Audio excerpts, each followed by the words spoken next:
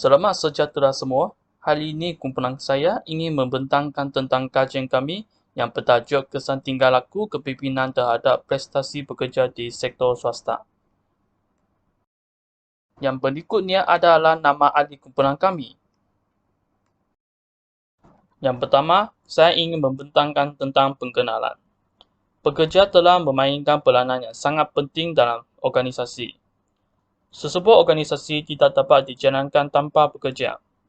Dengan melalui Jabatan Perangkaan Malaysia, didapati bahawa bilangan penduduk pekerja dalam Malaysia telah meningkat kepada 15.20 juta orang pada tahun 2021. Daripada jumlah tersebut, terdapat sebanyak 8.53 juta orang pekerja terlibat dalam sektor swasta dan ini telah menunjukkan peningkatan peratusan pekerja swasta sebanyak 2.4% berbanding dengan tahun sebelumnya. Bukan itu sahaja, ini telah menyebabkan pertumbuhan ekonomi telah menambah sebanyak 3.1% dan produktiviti buruh telah meningkat 1.8% di Malaysia. Selain itu, gaya dan sikap pemimpin yang berbeza telah mempengaruhi prestasi pekerja dan syarikat.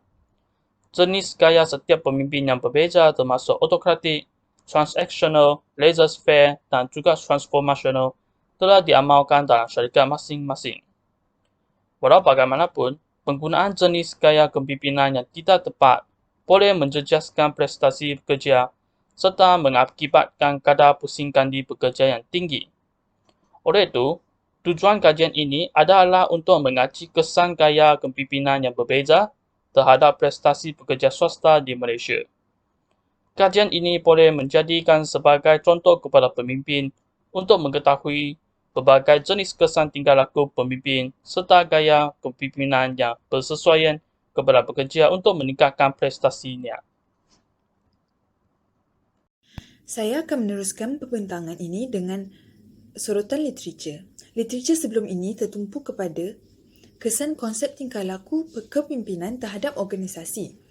Evolusi penyelidikan menunjukkan beberapa pandangan yang berbeza mengenai konotasi gaya kepimpinan. Stockdale 1948 berpendapat bahawa gaya kepimpinan bermaksud sejenis kaedah atau keupayaan yang bertujuan untuk merealisasikan sasaran organisasi yang seterusnya memberi kesan kepada semua aktiviti organisasi. Berikut merupakan gaya kepimpinan yang sering timbul dalam kajian lepas. Yang pertama, kepimpinan transformational. Pemimpin transformational menggunakan nilai dan prinsip yang teguh untuk memotivasikan orang bawahan dalam mencapai tahap prestasi yang tinggi.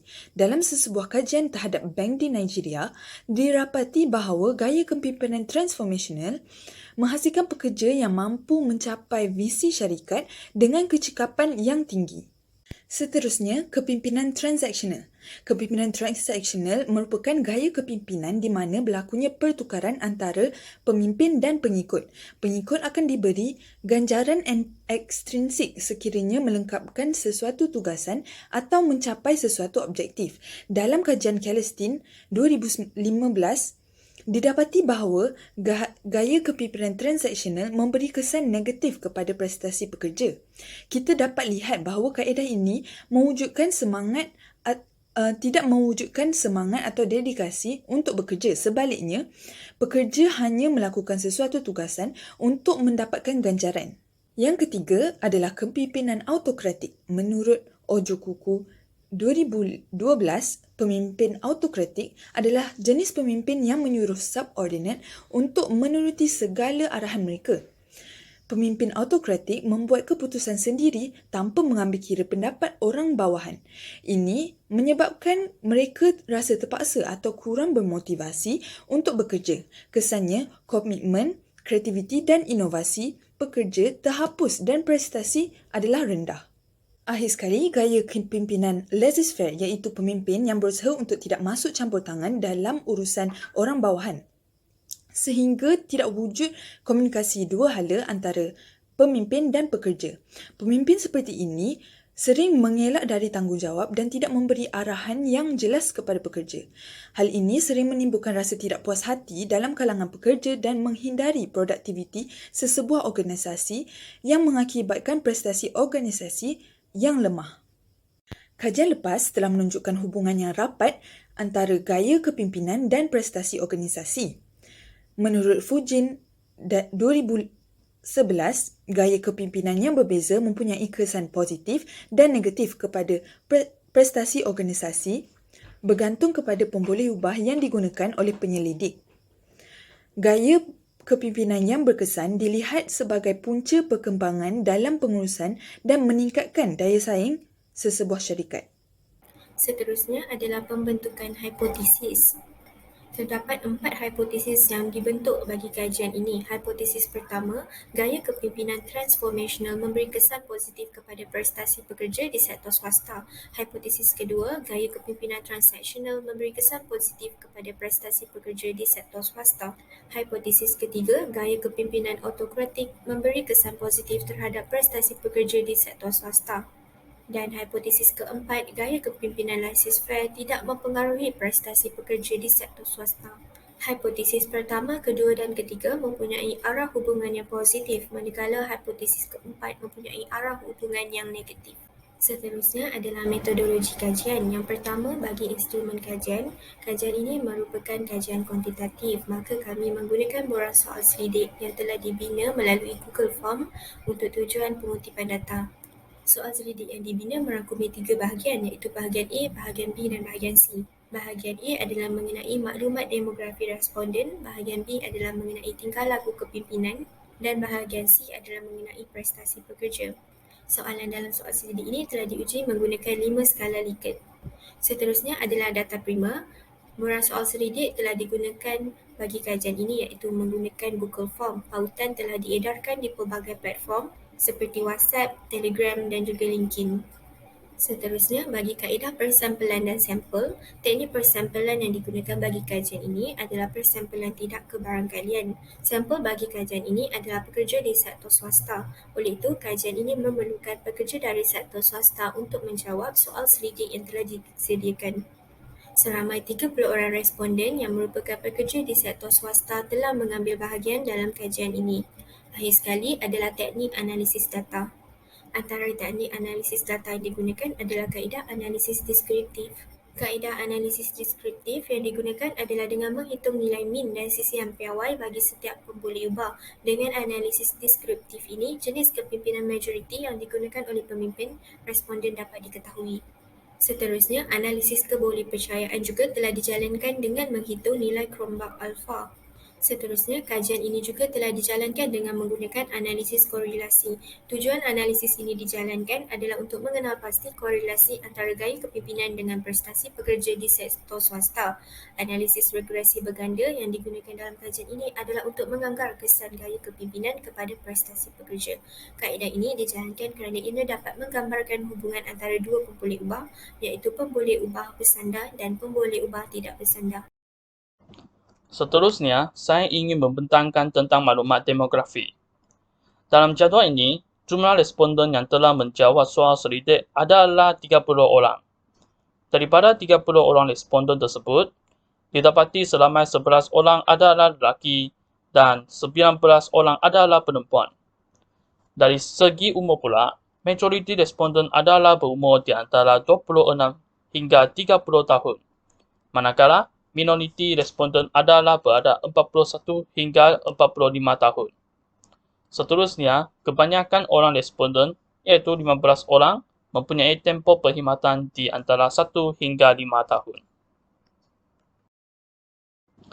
Selain itu, hasil kajian dengan melalui analisis kebolehpercayaan yang telah dijalankan, didapati bahawa pengaruh idea, inspirasi motivasi, simulasi intelektual, pertimbangan individu, ganjalan kontingensi, pengurusan dengan pengecualian, kepimpinan autokratik, kepimpinan laissez-faire dan juga prestasi dan produktiviti pekerja mempunyai kebolehpercayaan yang tinggi, iaitu melebihi 0.7%.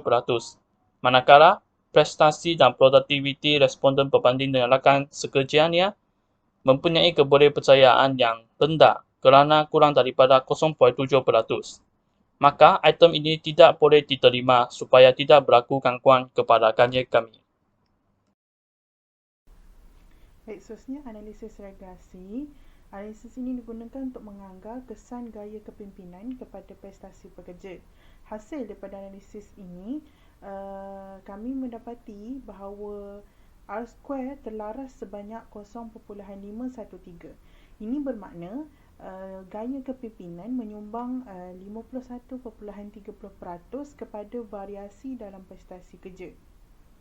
Baik, seterusnya untuk keputusan analisis variance, ini ANOVA menunjukkan nilai statistik F sebanyak 8.646, di mana nilai P adalah rendah kurang daripada 0.01. Keputusan ini menunjukkan hipotesis, iaitu tingkah laku kepimpinan tidak mempengaruhi prestasi pekerja di sektor swasta tidak mendapat sokongan yang kuat, maka hipotesis ini tidak boleh diterima.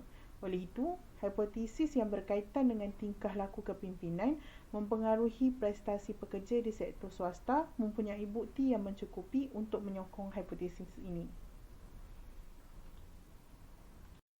Baik, seterusnya kita dapat lihat dalam jadual di bawah merupakan regresi berganda.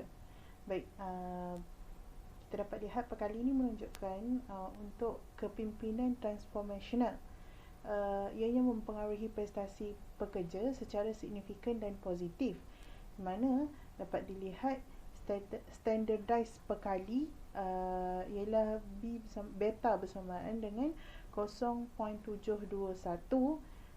di mana kita dapat lihat nilai P adalah lebih rendah daripada 0.01. Ini menunjukkan gaya transformational oleh pemimpin dapat meningkatkan prestasi pekerja sebanyak 72.10%.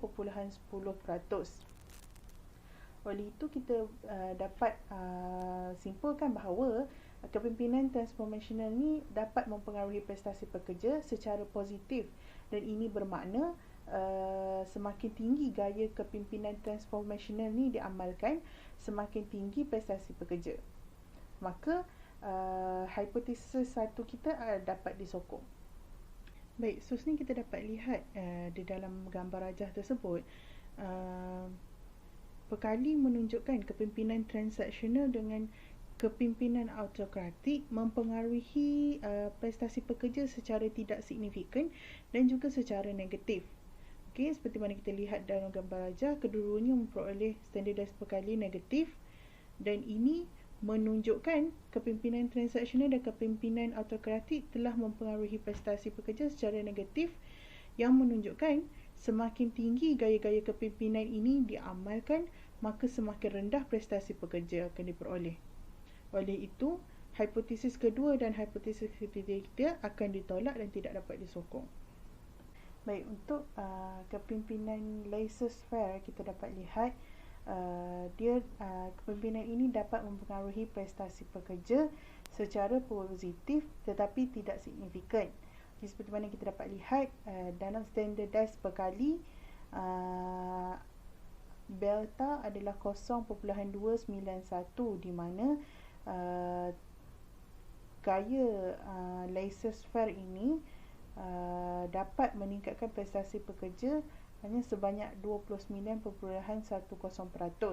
di mana kita dapat simpulkan bahawa keputusan kajian bagi hipotesis 4, iaitu gaya kepimpinan laissez-faire tidak mempengaruhi prestasi pekerja di sektor swasta ini dapat disokong, disebabkan gaya kepimpinan ini mempengaruhi prestasi pekerja secara tidak signifikan. Baik, kita teruskan dengan perbincangan kajian. Okey, yang pertama sekali untuk kepimpinan transformational, mana kita dapati kepimpinan transformational ini mempengaruhi prestasi pekerja secara positif. Baik, semakin banyak kepimpinan transformational ini digunakan dalam kalangan pemimpin, maka semakin tinggi prestasi pekerja yang akan mereka peroleh. Baik, bagi hasil kajian ini kita dapati ia dapat menyokong hipotesis pertama, di mana kepimpinan transformational ini memberi kesan positif kepada prestasi pekerja di sektor swasta. Hasil keputusan ini kita dapati selari dengan kebanyakan hasil kajian lepas yang telah dikaji. Baik, seterusnya bagi kepimpinan transaksional, kita dapati kepimpinan ini mempengaruhi prestasi pekerja secara negatif, iaitu semakin tinggi gaya kepimpinan transaksional ini digunakan dalam kalangan pemimpin, maka semakin rendah prestasi pekerja yang akan diperoleh.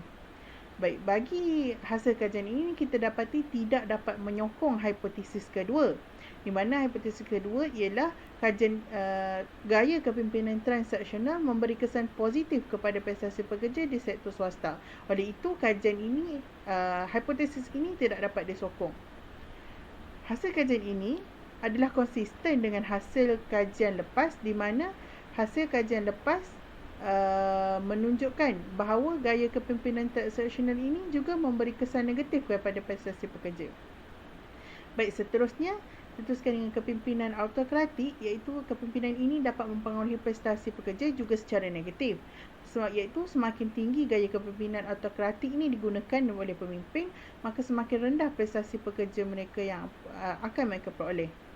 Baik, hasil kajian ini juga tidak dapat menyokong hipotesis ketiga, iaitu gaya kepimpinan autokratik memberi kesan positif kepada prestasi pekerja di kalangan di sektor swasta. Okey, hipotesis kali ini juga tidak dapat disokong. Hasil kajian ini adalah juga konsisten dengan hasil kajian lepas, di mana beberapa kajian lepas juga mendapati kepimpinan autokratik ini telah mempengaruhi pekerja secara negatif. Baik, akhir sekali, bagi kepimpinan laissez-faire kita dapati kepimpinan ini mempengaruhi prestasi pekerja secara positif tetapi tidak signifikan. Baik, hasil kajian ini kita dapati dapat menyokong hipotesis keempat, iaitu gaya kepimpinan laissez-faire ini tidak mempengaruhi prestasi pekerja di sektor swasta. Hasil kajian ini juga kita dapati selari dengan hasil kajian-kajian lepas, di mana mendapati bahawa gaya kepimpinan laissez-faire ini tidak menjejaskan prestasi pekerja. Seterusnya, saya ingin membentangkan tentang kesimpulan kajian. Hasil kajian ini didapati bahawa kepimpinan transformasional dan kepimpinan laissez-faire telah memberi kesan positif kepada prestasi pekerja, manakala kepimpinan transaksional dan kepimpinan autokratik tidak memberi kesan secara signifikan kepada prestasi pekerja. Kepimpinan transformasional merupakan gaya kepimpinan yang paling popular diamalkan dalam kalangan pemimpin syarikat. Penggunaan gaya kepimpinan ini membolehkan pemimpin mementingkan kerjasama antara kumpulan atau pengikutnya selain daripada kejayaan sendiri. Selain itu, pemimpin-pemimpin harus memberi perhatian kepada kepimpinan transformasional berbanding dengan gaya kepimpinan lain di sektor swasta. Secara umumnya, pekerja di sektor swasta lebih mementingkan perkembangan diri dalam melakukan sesuatu pekerjaan tanpa dikawal oleh pemimpin. Penyerahan sebahagian kuasa kepada pekerja untuk membuat keputusan dapat meningkatkan prestasi pekerja kerana pekerja akan berasa bahawa mereka diperlukan. Namun begitu, pemimpin harus bijak dalam membuat keputusan untuk menyerah sebahagian kuasanya kepada pekerja supaya tidak mengganggu perjalanan syarikat. Akhir sekali adalah limitasi dan cadangan kajian lanjutan. Bagi limitasi, had utama dalam menjalankan kajian ini adalah berkaitan dengan saiz sampel yang terhad. Sampel bagi kajian ini adalah pekerja sektor swasta. Maka hasil dan kesimpulan daripada kajian ini adalah terhad dan tidak universal kerana kajian ini tidak mengambil kira pekerja dari sektor lain seperti sektor awam.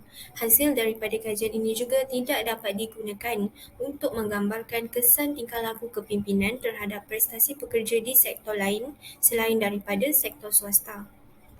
Seterusnya, bagi cadangan kajian lanjutan, hasil daripada kajian yang dijalankan, terdapat cadangan yang dapat digunakan untuk penyelidikan pada masa hadapan.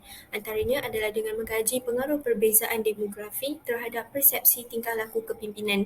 Kajian ini merupakan sesuatu yang menarik dan relevan kerana hasil daripada kajian ini dapat digunakan oleh pemimpin dalam sesebuah organisasi untuk menyesuaikan jenis kepimpinan mereka selaras dengan keperluan kumpulan demografi pekerja yang berbeza. Yang itu sahaja daripada kumpulan kami. Sekian, terima kasih.